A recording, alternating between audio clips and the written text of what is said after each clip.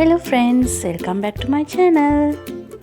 ඉතින් ඔන්න අද මම හදන්න හිතුවා ඔයාලත් එක්ක පාන් වලින් සමෝසා. අපි බලමු ඒක කොහොමද හදන්නේ කියලා. ඊට කලින් මට ඔයාලට කියන්න දෙයක් තියෙනවා. ඔයා මගේ YouTube channel එක තාමත් subscribe කරලා නැත්නම් ඒක subscribe කරන්න කියලා ඉල්ලනවා. ඒ වගේම මගේ recipes වලට like කරන්න, comment කරන්න. ඒක මට ගොඩාක් වැදගත් වෙනවා. ඉතින් අද මම පාන් වලින් සමෝසා හදන්න අරගෙන තියෙන්නේ. මෙන්න මේ ටික තමයි. අල තම්බලා අරගෙන තියෙනවා. ඒක පොඩි කරගන්න ඕනි. ඒ වගේම රටලුණු චුටියට කපාගෙන තියෙනවා. කැරට් කොටුවට කපාගෙන තියෙනවා. ඒකත් තම්බලා තියෙන්නේ. ඒ වගේම ලීක්ස් අරගෙන තියෙනවා. ඒ වගේම මම අරන් තියෙනවා තව ගම්මිරිස් කුඩු, කහ කුඩු, කැලි මිරිස් කුඩු, ලුණු කුඩු අරගෙන තියෙනවා. ඉතින් අවශ්‍ය ප්‍රමාණයට පානුත් මේ විදිහට පාන් පෙති අරගෙන තියෙන්නේ. එහෙනම් අපි යමු සමෝසා හදාගන්න. මුලින්ම අපි සමෝසා වලට අවශ්‍ය කරන ෆිලින් එක හදාගෙන ඉමු.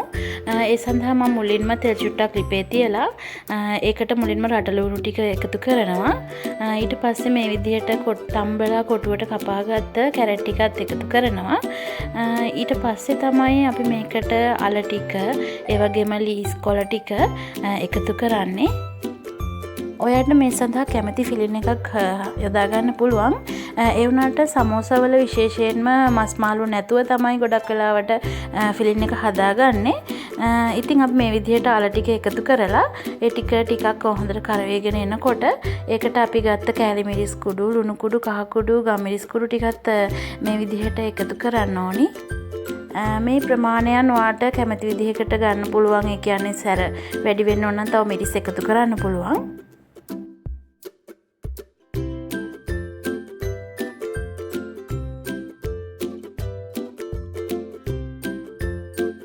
ඉතින් අපි සමෝසා වලට අවශ්‍ය කරන ෆිලින් එක හදාගෙන ඉවරයි.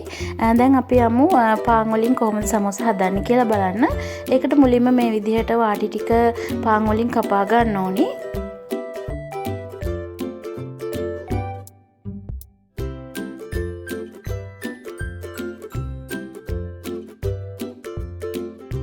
ඊට පස්සේ මේ විදිහට රෝලින් පින් එකක් ආධාරයෙන් පාන් ටික හොඳට තුනි කරගන්න ඕනි.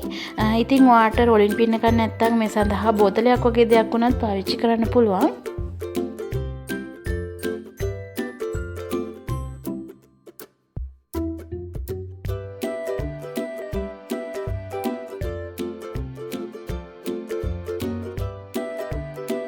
ඉතින් මේ විදිහට හදාගත්ත පාන් වලින් අපි සමෝසා හදාගන්නකොට ඒ සමෝසා නමනකොට අලවන්න මේ විදිහට පාන් පිටි වලින් මිශ්‍රණය හදාගන්න ඕනේ. මේකට පාන් පිටි උණු වතුර සල්පයක් දාලා මේ විදිහට අපි මිශ්‍රණයක් හදාගන්නවා.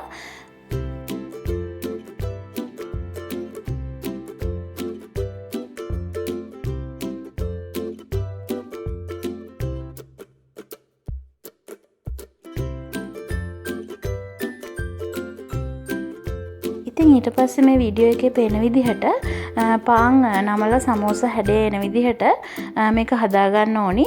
මම අරන් තියෙන්නේ පොඩි පාන් පෙති. ඒ වුණාට ඔයාට මේකට ලොකු පාන් පෙති ගන්න තියෙනවා නම් ගොඩක්ම ලේසි.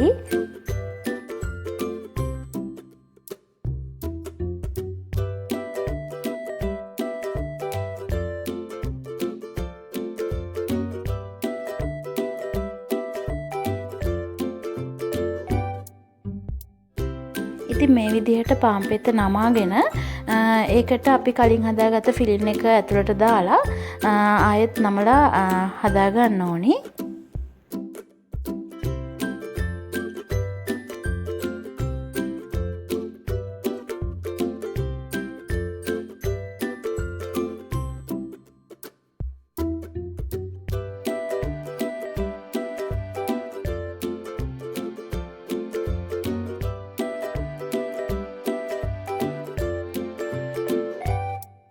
ඉතින් මේ විදිහට අපි ඔක්කොම පාන් පෙති වලින් මේ විදිහට සමෝසා හදාගෙන ඊට පස්සේ ගැඹුරු තෙලේ අඩු ගින්දරේ ටික වෙලාවක් මේ ටික බැද ගන්න ඕනි.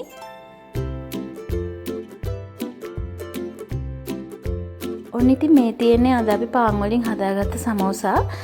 ඉතින් ගොඩක්ම ලේසියෙන් ඉක්මනින් හදාගන්න පුළුවන් රෙසිපි එකක් තමයි මම අද ඔයාලට ගෙනාවේ. ඉතින් ඔයාලගේ අදහසත් පහළ කමෙන්ට් සෙක්ෂන් එකේ දාන්න. ඒ වගේම මගේ වීඩියෝස් ලයික් කරන්න, ෂෙයා කරන්න අමතක කරන්න එපා.